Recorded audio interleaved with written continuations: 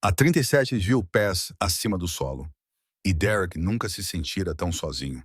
A sua filha de 8 meses, Rosie, estava a gritar. Aquele tipo de choro cru e desesperado que faz com que estranhos olhem e as mães desviem o olhar. O suor escorria pela sua têmpora. As suas mãos tremiam. Todos os passageiros das filas 12 a 18 olhavam com raiva, cochichavam, julgavam. Um homem de fato executivo murmurou algo sobre controlar a sua filha. Uma comissária de bordo aproximou-se com aquele sorriso forçado que significava problemas. Derek fechou os olhos, puxou Rosie para mais perto e sussurrou as únicas palavras que sabia. Desculpa, querida. O papai está a tentar. Então ela apareceu. Uma mulher da fila em frente levantou-se sem dizer nada. Ela não pediu permissão. Simplesmente estendeu a mão, tirou Rosie dos seus braços trêmulos e fez algo que nenhum estranho deveria fazer. A cabine ficou em silêncio. O coração de Derek parou e o que aconteceu a seguir assombrou-o durante 8 meses, até que ele finalmente compreendeu por que ela fez aquilo. O voo noturno de Chicago para Seattle deveria ser simples. Derek tinha planeado tudo ao minuto. O horário das refeições, a bolsa de fraldas preparada com precisão militar, a aplicação de ruído branco descarregada no telemóvel. Ele tinha lido todos os artigos, assistido a todos os vídeos, pedido conselhos a todos os pais solteiros do seu grupo de apoio. 8 meses de paternidade a solo ensinaram-lhe que a preparação era a única coisa que o separava de um desastre total. Mas Rosie tinha outros planos. Ela começou a ficar agitada algures sobre Nebraska. Quando cruzaram o espaço aéreo do Wyoming, a agitação transformou-se em choro descontrolado. Derek tentou a mamadeira. Ela empurrou-a. Ele tentou a chupeta. Ela cuspiu-a. Ele tentou balançar, pular, cantarolar todas as canções de ninar que se lembrava da sua infância. Nada funcionou. O choro só ficava mais alto, mais urgente, como se Rosie estivesse a tentar dizer-lhe algo que ele não conseguia entender. Derek sentiu o peso familiar da vergonha pressionando o seu peito. Ele sabia o que os outros passageiros estavam a pensar. Podia ver isso na forma como a mulher à sua frente suspirava dramaticamente. Na forma como o casal de idosos do outro lado do corredor trocava olhares cúmplices. Eles estavam a pensar o que todos sempre pensavam quando o viam sozinho com Rosie. Que ele estava a fazer tudo errado. Que ele não sabia o que estava a fazer. Que um bebê precisava da mãe e ele era apenas um pobre substituto a dar o seu melhor. Eles não estavam totalmente errados. 8 meses atrás, Derek não tinha ideia de como trocar uma fralda. 8 meses atrás, ele não sabia distinguir entre um choro de fome e um choro de cansaço. 8 meses atrás, sua esposa Madison deveria estar ali, fazendo todas as coisas que parecem tão naturais para as mães. Mas Madison segurou Rosie exatamente uma vez por 37 segundos na sala de parto antes que a hemorragia começasse. Antes de o médico parar de sorrir, antes de todo o mundo de Derek desmoronar numa única frase devastadora, fizemos tudo o que podíamos. Agora, ali estava ele, sozinho num avião com um bebê a chorar e sem saber o que fazer a seguir. A comissária de bordo estava a passar pelo corredor, com aquele sorriso ensaiado no rosto, como um aviso. Derek preparou-se para o sermão, a sugestão mal disfarçada de que talvez ele devesse levar Rosie para a parte de trás do avião. Longe dos clientes pagantes que não tinham se inscrito para isso, foi quando a mulher se levantou. Ela estava sentada na fila em frente a ele, no lugar da janela, e Derek não a tinha notado até aquele momento. Ela tinha cabelos escuros presos para trás num rabo de cavalo desarrumado e olhos cansados que sugeriam que não dormia há dias. Havia uma menina enrolada ao lado dela, talvez com 4 anos, dormindo profundamente contra a janela com um coelho de pelúcia apertado contra o peito. A mulher não olhou para Derek. Ela não perguntou se ele precisava de ajuda. Simplesmente levantou-se, atravessou o corredor estreito e estendeu os braços. Dema, disse ela. Não era uma pergunta. O primeiro instinto de Derek foi recusar. Estranhos não pegavam os bebés de outras pessoas. Não era assim que o mundo funcionava. Mas algo na voz dela, uma autoridade tranquila que parecia vir de um lugar mais profundo do que a polidez, fez com que ele hesitasse. E naquele momento de hesitação, a mulher se abaixou e tirou Rosie dos braços dele como se fosse a coisa mais natural do mundo. A cabine ficou em silêncio. Até mesmo o homem de terno parou de resmungar irritado. Todos observaram enquanto a estranha embalava a filha de Derek contra o peito e começava a cantarolar baixinho e suavemente. Uma melodia que parecia algo entre uma canção de embalar e uma oração. Ela balançava suavemente de um lado para o outro, com os olhos fechados, os lábios se movendo como se estivesse a ter uma conversa com Rosie que ninguém mais podia ouvir. E então, impossivelmente, Rosie parou de chorar. Não gradualmente, não aos poucos, mas de uma só vez, como se alguém tivesse ligado um interruptor. Ela soltou um último soluço trêmulo, depois aninhou o rosto no pescoço da mulher e ficou imóvel. Derek observou atônito e incrédulo enquanto os dedinhos da sua filha se enrolavam em uma mecha de cabelo escuro, segurando-a como se tivesse encontrado algo que procurava há muito tempo. A mulher abriu os olhos e olhou para Derek. Por um longo momento, nenhum dos dois falou. Então ela disse muito baixinho. Ela só queria ser abraçada por alguém que não tivesse medo. Derek não sabia o que dizer. Não tinha a certeza se havia algo a dizer. Então ficou ali sentado a observar aquela estranha embalar a sua filha para dormir e se perguntou como ela poderia saber o que Rosie precisava, quando ele, o próprio pai, tinha falhado nas últimas 3 horas. A comissária de bordo parou no meio do corredor, com o discurso ensaiado morrendo nos seus lábios. Ela pestanejou algumas vezes e depois recuou para a cozinha, como se tivesse testemunhado algo demasiado íntimo para interromper. Os outros passageiros voltaram lentamente aos seus livros, telemóveis e filmes a bordo, com atenção a esvair-se da cabine como o ar de um balão. "Sou a Cassidy", disse a mulher, sentando-se no lugar vazio ao lado de Derek. Rosie já estava a dormir, a sua respiração lenta e regular contra a clavícula de Cassidy. E antes que perguntes, não, não sou nenhuma encantadora de bebês. Apenas me lembro de como é. Como é o quê? Perguntou Derek. Os olhos de Cassidy se voltaram para a janela, onde a escuridão lá fora começava a dar os primeiros sinais do amanhecer. Estar tão cansada que não consegue enxergar direito, sentir que todos estão a observar o seu fracasso. Perguntar-se se algum dia vai descobrir como fazer isso. Ela fez uma pausa e, quando voltou a falar, sua voz era pouco mais que um sussurro. Passei o primeiro ano da vida da minha filha convencida de que era a pior mãe do mundo. Afinal, eu era apenas a única que estava a tentar. Derek olhou para a menina que ainda dormia no assento da janela do outro lado do corredor. Ela tinha o cabelo escuro de Cassidy, mas o rosto era mais suave, mais redondo, com aquele tipo de expressão tranquila que só as crianças conseguem ter quando dormem. "O pai dela?", perguntou ele, mas imediatamente se arrependeu. "Desculpe, não é da minha conta." "Tudo bem", disse Cassidy, embora algo em seu maxilar se tense. Ele foi embora quando Hazel tinha 6 meses. Disse que não estava pronto para ser pai. É engraçado como eles percebem isso depois que a parte difícil deveria começar a ficar mais fácil. Ela soltou uma risada sem graça. "Minha mãe foi a única que me ajudou. Ela se mudou para cá. Cuidou de Hazel enquanto eu trabalhava, me apoiou quando eu estava a desmoronar." A voz de Cassidy falhou um pouco na última palavra, e ela desviou o olhar. "Ela morreu na semana passada. Ataque cardíaco. Sem aviso, sem despedida, simplesmente se foi. Este voo é o nosso regresso à casa após o funeral." Derek sentiu algo mudar no seu peito, um reconhecimento que ia além da simpatia. Ele conhecia esse tipo de perda. Ele vivia com ela todos os dias. "Sinto muito", disse ele, e foi sincero de uma forma que não era há muito tempo. "A minha esposa morreu ao dar à luz a Rosie. Ela nunca chegou a segurá-la nos braços. Na verdade, não. Apenas uma vez por alguns segundos, e depois ele não conseguiu terminar a frase. Ele nunca conseguiu terminar aquela frase." Cassidy virou-se para olhar para ele, e pela primeira vez, Derek viu todo o peso da exaustão nos olhos dela.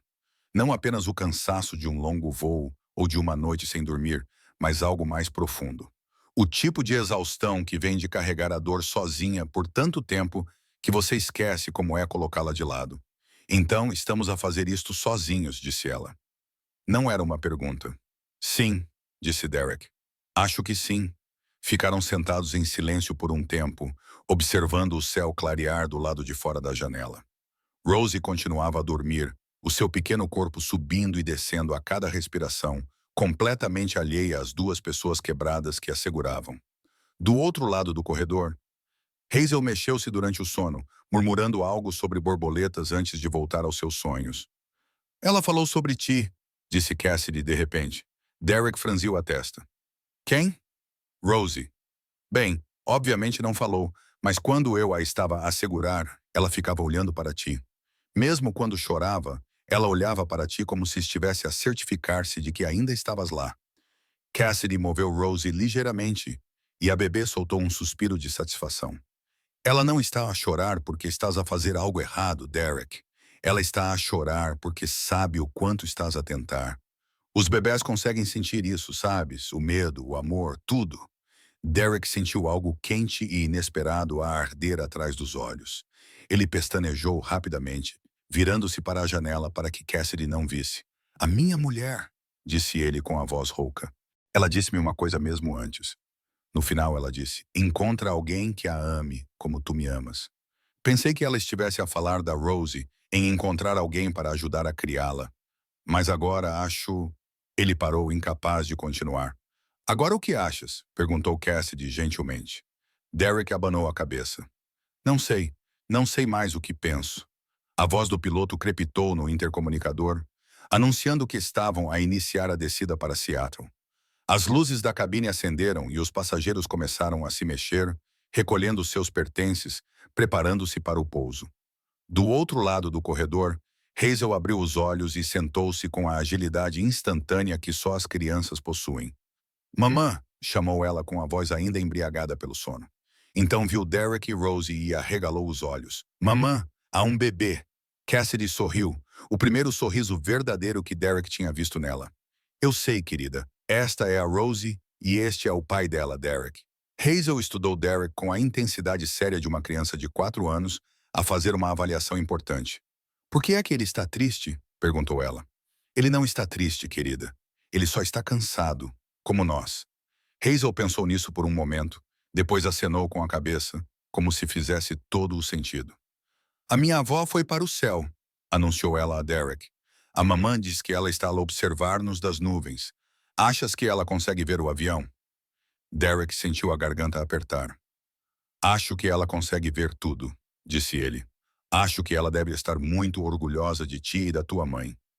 Hazel sorriu, aparentemente satisfeita com a resposta. Então apontou para Rosie, que começava a se mexer nos braços de Cassidy.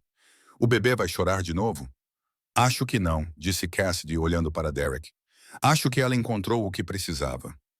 O avião aterrou com um leve solavanco e a cabine explodiu no caos habitual do desembarque. Pessoas levantando-se antes que o sinal do cinto de segurança fosse desligado, puxando malas dos compartimentos superiores, empurrando-se para conseguir espaço no corredor. Derek estendeu a mão para Rosie e Cassidy a entregou com cuidado, seus dedos se tocando durante a transferência. Obrigado, disse Derek. As palavras pareciam inadequadas para o que acabara de acontecer, mas ele não sabia o que mais dizer. Não sei como. Quer dizer, não precisavas de fazer isso. Eu sei, disse Cassidy. Ela já estava a juntar as coisas de Hazel, enfiando o coelho de volta numa pequena mochila, movendo-se com os gestos eficientes de uma mãe que já tinha feito isso milhares de vezes.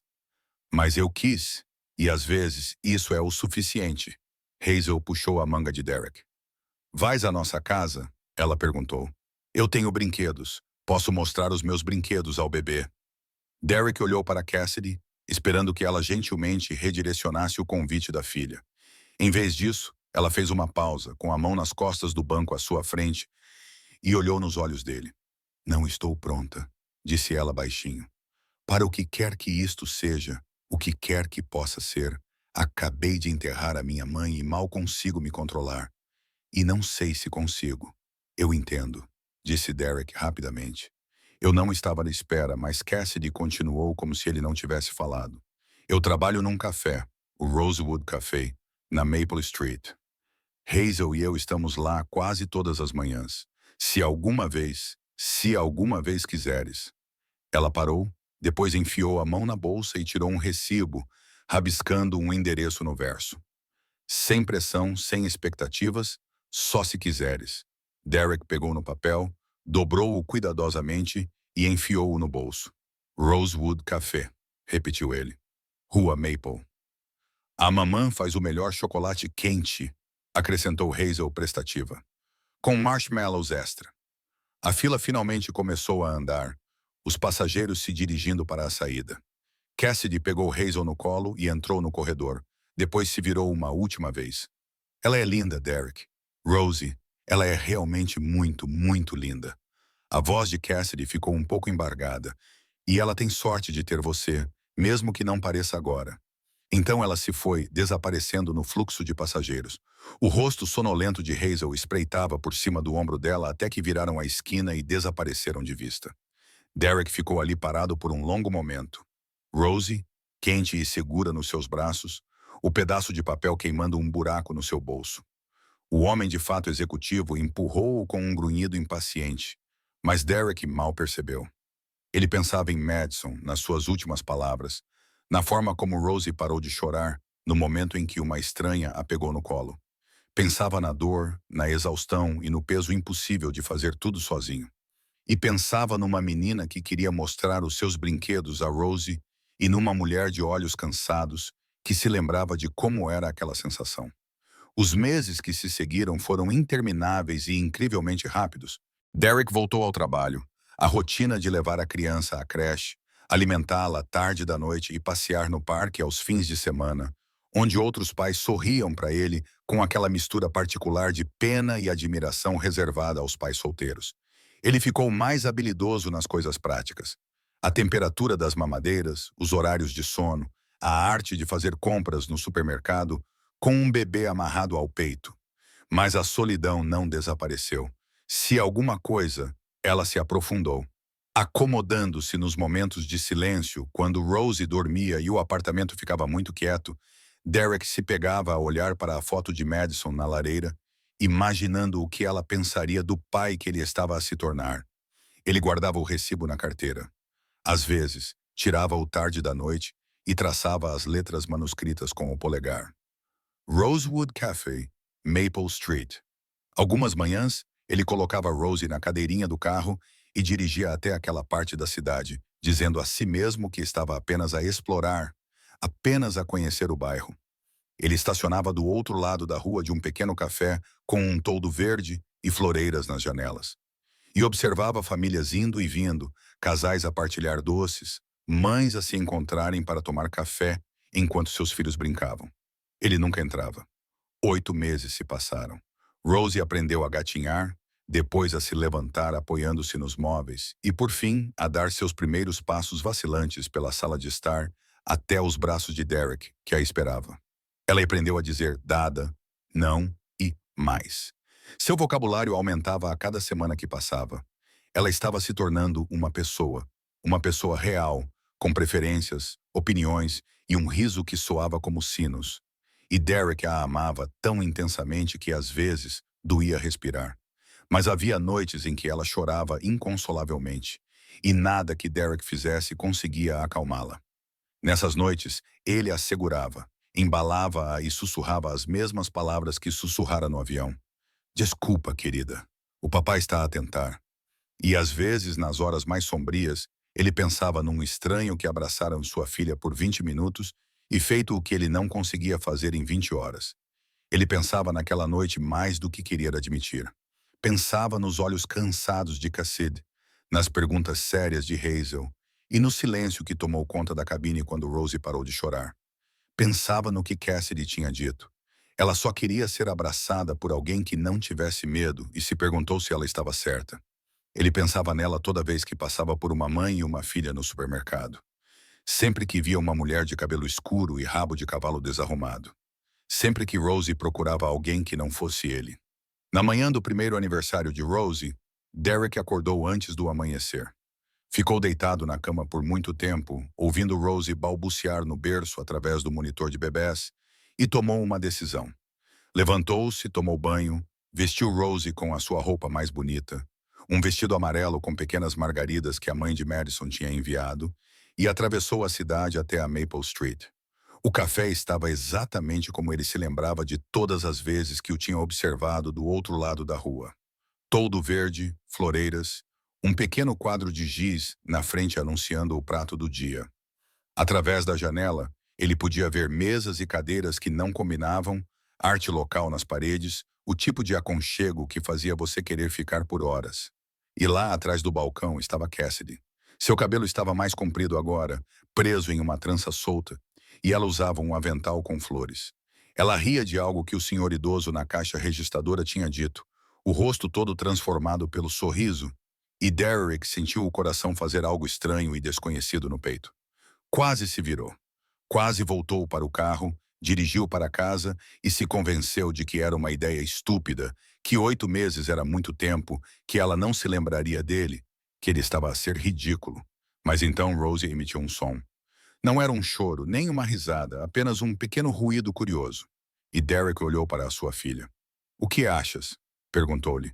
"Devemos entrar?"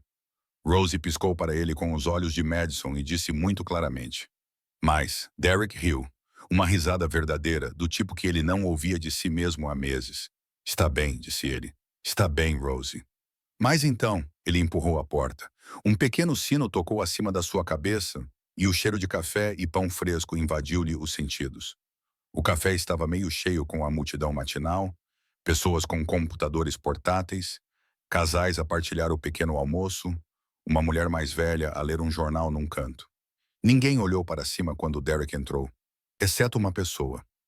No canto mais distante, numa pequena mesa perto da janela, estava sentada uma menina com cabelo escuro e encaracolado.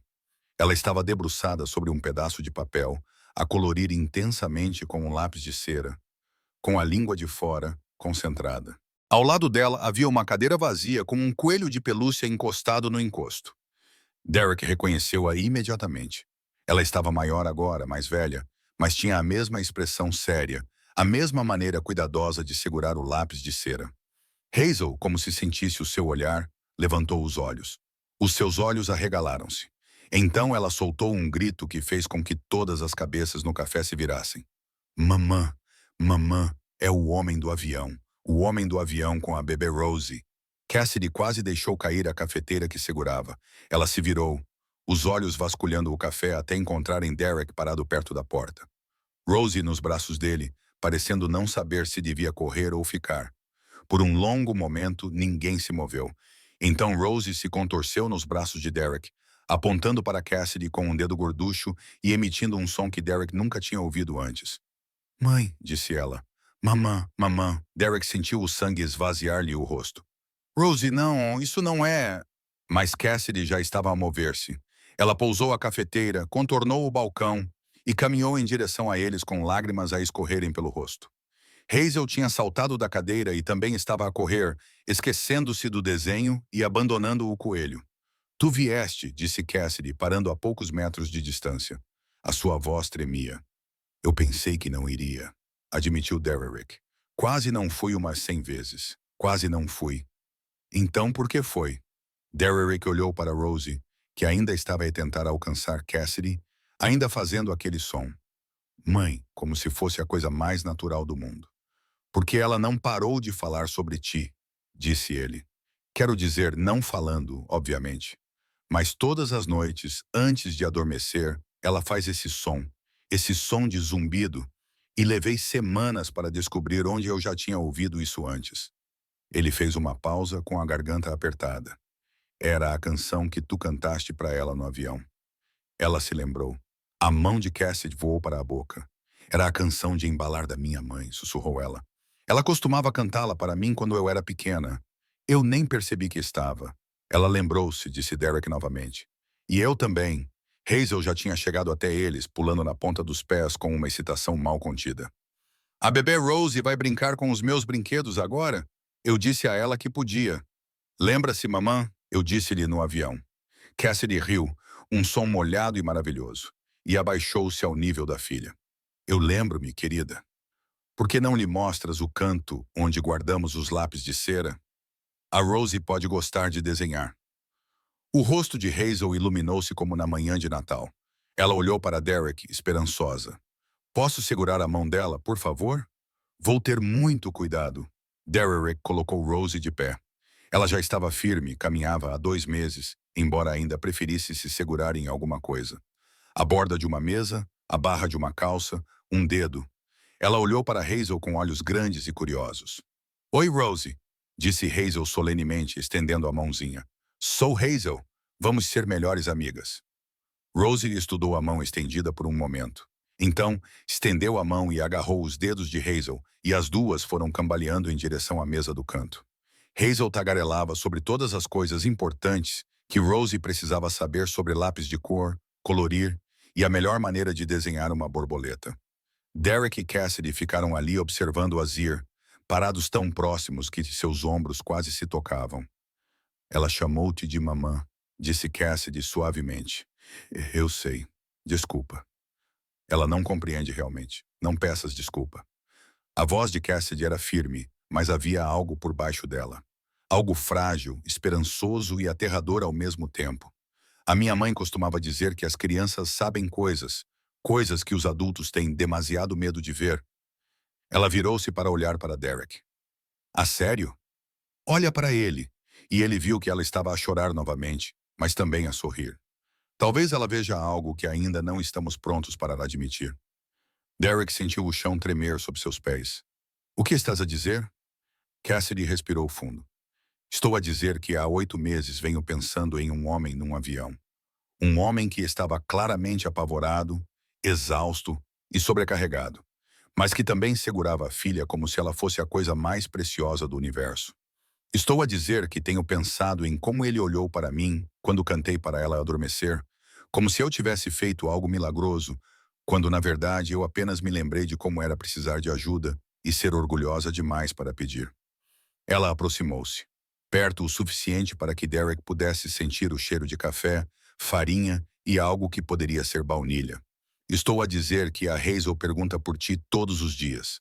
Ela faz desenhos do homem do avião e da bebê Rosie. Ela os pendura na parede do quarto dela. E toda vez que os vejo, me pergunto o que teria acontecido se eu tivesse sido mais corajosa. Se eu tivesse te dado o meu número em vez de apenas um endereço. Se eu tivesse confiado que o que eu estava a sentir naquele avião não era apenas tristeza e exaustão, mas algo real. Cassidy, ainda não terminei. Ela chorava mais agora, mas a sua voz estava firme. Estou a dizer que a minha mãe morreu sem nunca saber se eu encontraria alguém.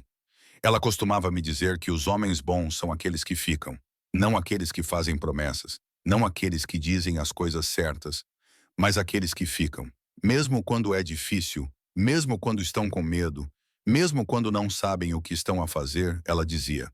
Eu reconheceria um quando o encontrasse, porque ele seria aquele que já estava a fazer as coisas difíceis sozinho. Ela estendeu a mão e tocou o rosto de Derek, a palma da mão quente contra a bochecha dele.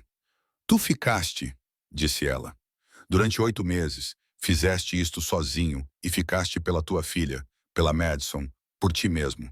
E agora estás aqui e a minha filha está a ensinar a tua filha a desenhar borboletas e não sei o que vai acontecer a seguir. Mas sei o que o Derek conseguiu.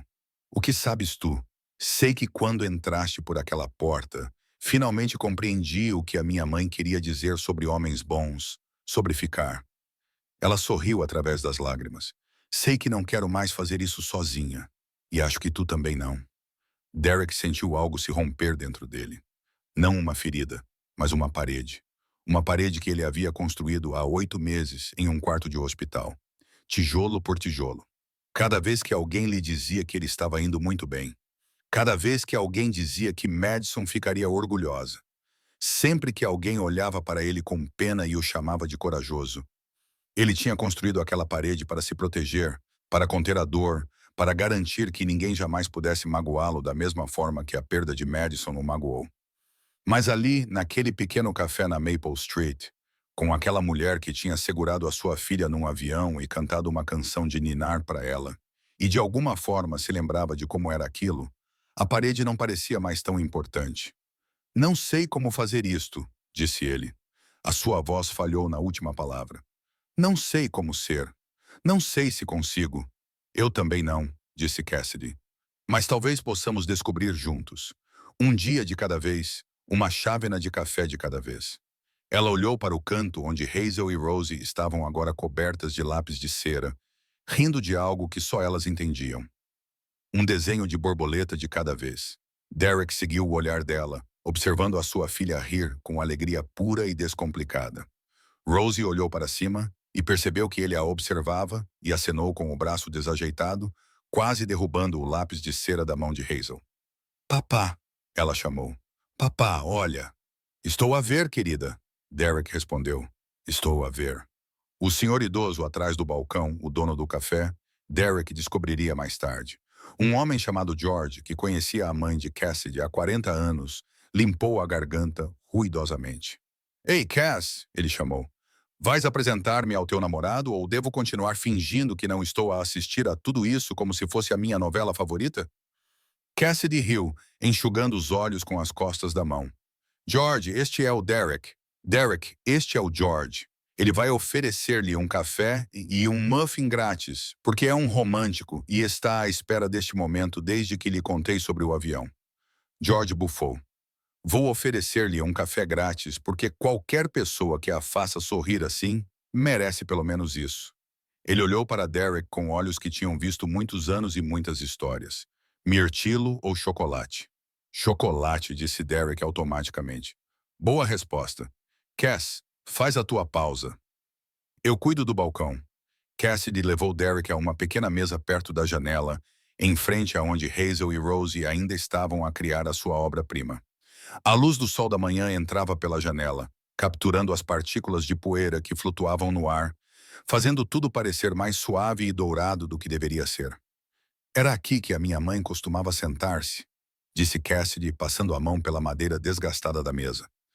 Todas as manhãs, durante 20 anos, ela sentava-se aqui com o seu chá e as suas palavras cruzadas.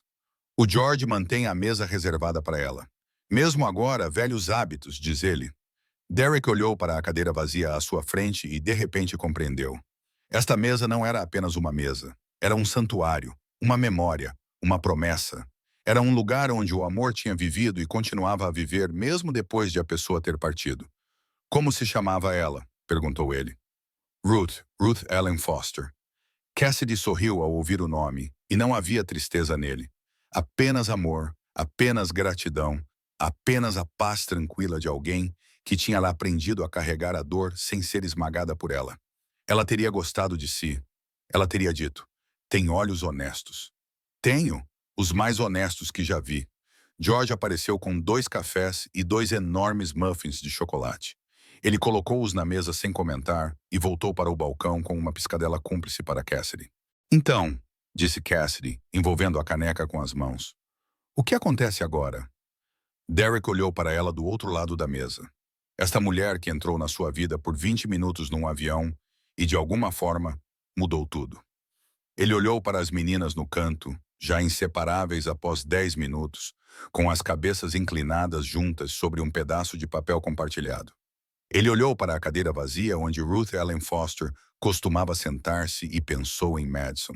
E pensou em como a dor e o amor às vezes eram a mesma coisa, apenas vestindo roupas diferentes. Agora, ele disse lentamente, acho que gostaria de ouvir sobre a Ruth, e talvez você gostasse de ouvir sobre a Madison, e talvez, se não se importar, eu gostaria de voltar amanhã, e no dia seguinte, e no dia depois disso, até que aquelas meninas ali fiquem tão cansadas umas das outras que comecem a brigar por lápis de cor em vez de partilhá-los. Cassidy riu, aquele som molhado e maravilhoso novamente. Isso pode demorar um pouco.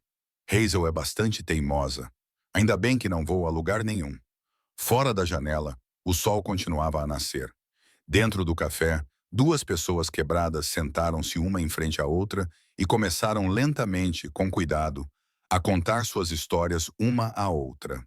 No canto, uma criança de 4 anos e outra de 1 ano criaram um desenho que mais tarde seria emoldurado e pendurado na parede de uma casa que ainda não existia.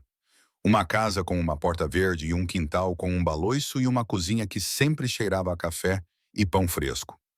Mas isso era mais tarde. No momento, havia apenas isso.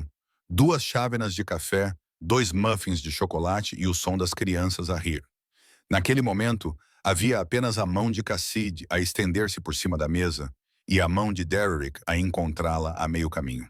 Os seus dedos entrelaçavam-se como se sempre tivessem sido feitos um para o outro. Naquele momento, havia apenas um pai solteiro e uma mãe solteira. Ambos cansados, ambos assustados, ambos a esperar que talvez, apenas talvez, não tivessem mais que fazer isso sozinhos.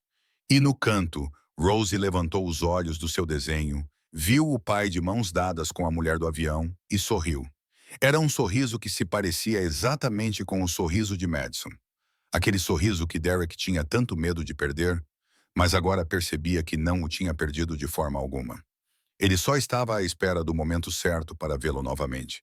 Papá, disse Rosie, apontando para o seu desenho. Olha, família! Derek olhou para o papel, uma confusão caótica de cores que poderia ser 4 bonecos palitos se você apertasse bem os olhos. Ele olhou para Hazel, que acenava orgulhosamente para o seu trabalho colaborativo. Ele olhou para Cassidy, que estava a chorar novamente, mas também a sorrir. Sim, Rosie, disse ele, com a voz cheia de algo que parecia esperança. Família.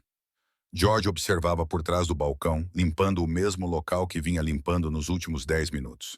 Pensou em Ruth Ellen Foster, na maneira como ela costumava sentar-se àquela mesa todas as manhãs e dizer-lhe que um dia a sua Cassidy encontraria a sua alma gêmea. Demoraste, não foi?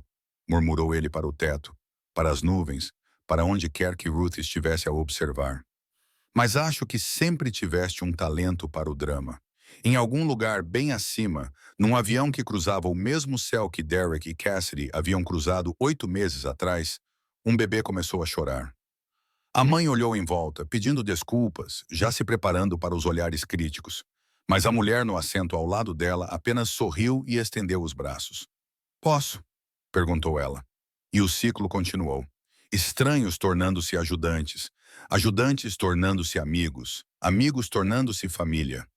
Um bebê a chorar de cada vez, um ato de bondade inesperada de cada vez, um momento de coragem de cada vez.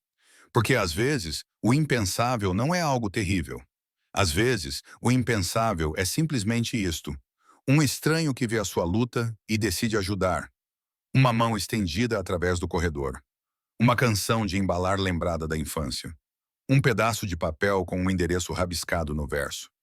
Às vezes, o impensável é amor, chegando quando menos se espera, na forma que menos se espera, da pessoa que nunca se pensaria em procurar. E às vezes, basta um bebê que não para de chorar e uma mãe solteira que faz o impensável.